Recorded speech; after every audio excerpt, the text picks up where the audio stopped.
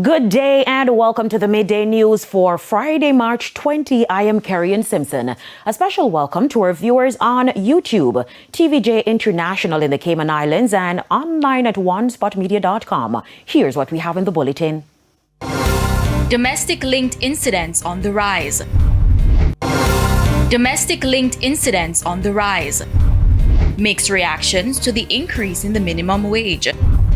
And later in sports, Jamaican athletes make progress on the opening day of the World Indoor Athletic Championships in Poland. Thank you for joining us. Now the details. The Clarendon police are reporting that 90% of murders in the parish this year are linked to domestic-linked violence. It's why they are appealing to residents to contact domestic violence centers in the parish when issues arise in their homes. Details in this report.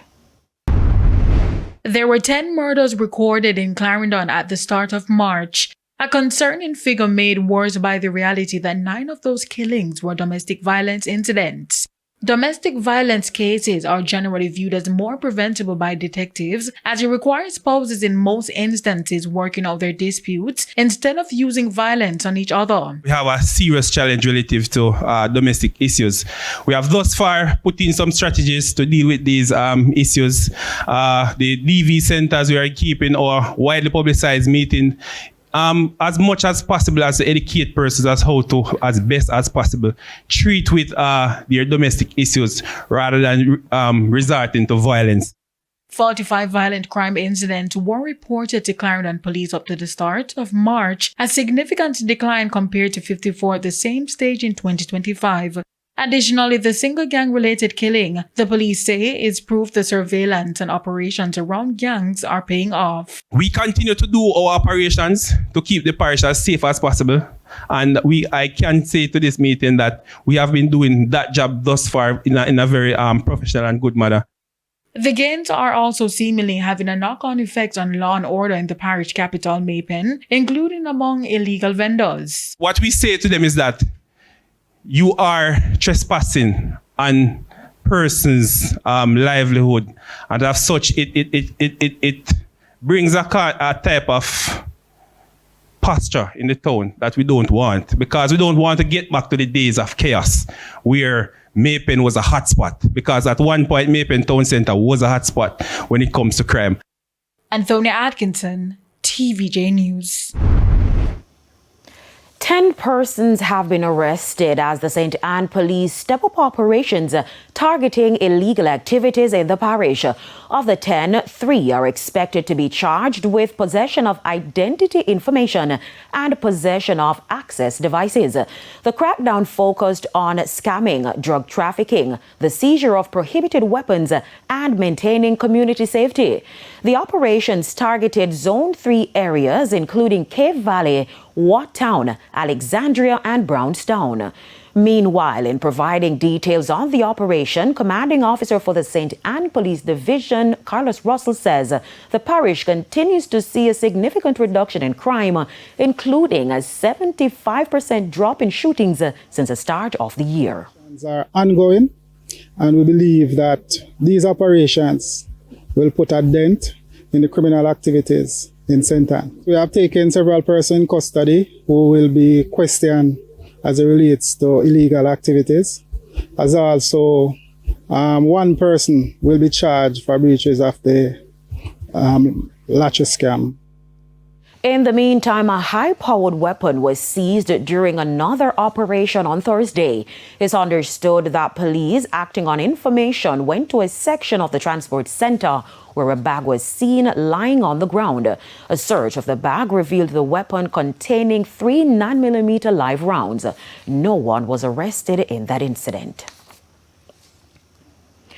Effective April 1, a major crackdown on illegal signage will begin across Kingston. The move, led by the Kingston and St. Andrew Municipal Corporation and backed by the police, is aimed at improving public safety and cleaning up of the city's space. Yannick Williams has the details. Illegal signs and the billboards scattered across sections of Kingston and St. Andrew could be a thing of the past. On Thursday, Kingston Mayor Andrew Swaby met with members of the Jamaica Constabulary Force to finalize plans for a major enforcement drive. The campaign, set to begin April 1st, will target unauthorized signs, many of which officials say pose safety risk and contribute to visual clutter. In January, we had put out some notices and to the public at large to say that there are a lot of signs out there that are not regularized, are not approved, and we had said to them we are going to give them up 3 months,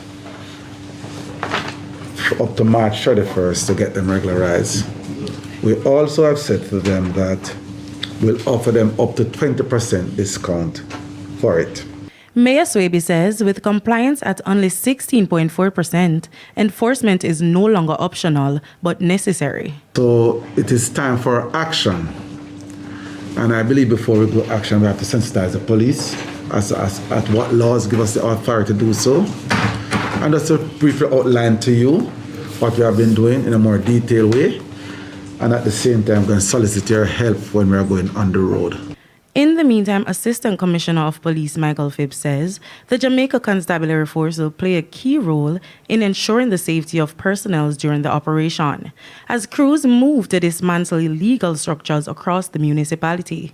We are required to support the KCMC in all their efforts in restoring basically public order to our spaces across the Kingston and St. Andrew communities.